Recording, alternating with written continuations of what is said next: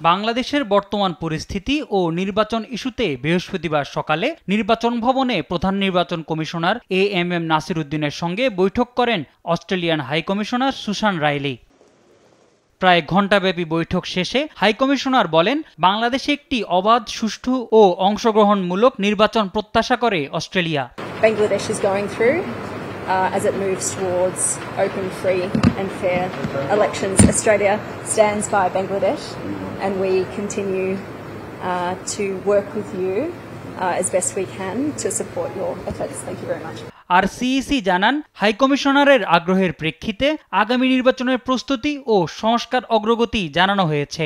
আমি বিস্তারিত জানিয়েছি আমাদের প্রস্তুতি এবং আমাদের রিফর্মস যে বিষয়ে উনি জানতে চেয়েছেন এবং নর্মালি মেজর কী কী রিফর্মস আমরা করার চেষ্টা করছি এবং ওনারা একটা এশিওর করেছেন যে ওনারা আমরা যদি কোনো রকমের সাহায্য সহযোগিতা চাই, সাপোর্ট চাই, they are ready to support us, support the EC.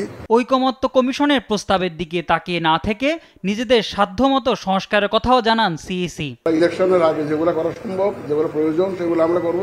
ঐকমত্য কমিশন থেকে তো ওনারাই দিবেন যে কখন কিভাবে কি করবেন, এটা আমাদের হাতে নাই। যেগুলো আমাদের ক্ষমতার মধ্যে আছে, আমাদের ইলেকশনের আগে যেগুলো আমরা প্রয়োজনীয় মনে করছি বা করা সম্ভব মনে করছি, we are working on that. Voter তালিকা হালনাগাদ, আন্তর্জাতিক পর্যবেক্ষক সহ নির্বাচন কেন্দ্রিক বিভিন্ন বিষয়েও অস্ট্রেলিয়ান প্রতিনিধিদের সঙ্গে আলোচনা করেন প্রধান নির্বাচন কমিশনার। মোহাম্মদ সাকিব, দেশ টিভি, ঢাকা।